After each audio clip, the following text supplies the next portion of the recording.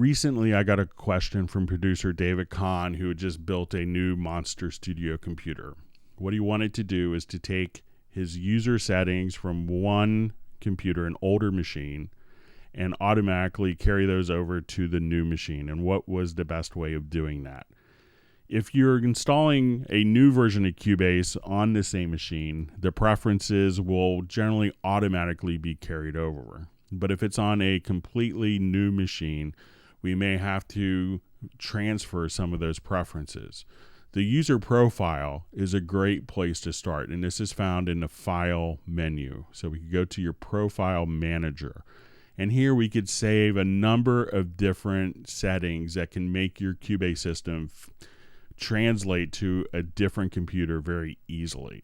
These settings are stored within a profile, can be preferences, key commands, the toolbar settings for different windows, your global workspaces, track control settings, plugin collections, presets for input and output buses, quantize, and crossfade presets can all be transferred as one single file as a profile. So once you have your Cubase system set up, just simply export, and then when you go to the other system, just import. And these could be saved directly onto a flash drive or emailed.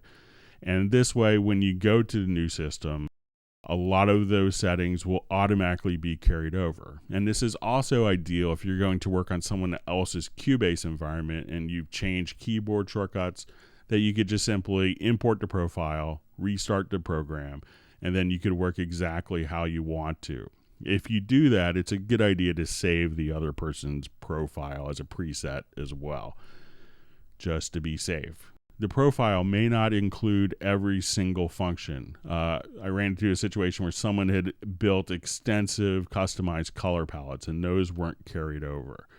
So what we need to do is, if you need more information to be transferred, we can manually copy the files. So if I wanted to go to my OS X into Finder, at this point we could go to my administrator account, to library. Now, if you don't see library active, if you go to the Go menu, you could just hold down the Option or Alt Option key, and then the library will become visible.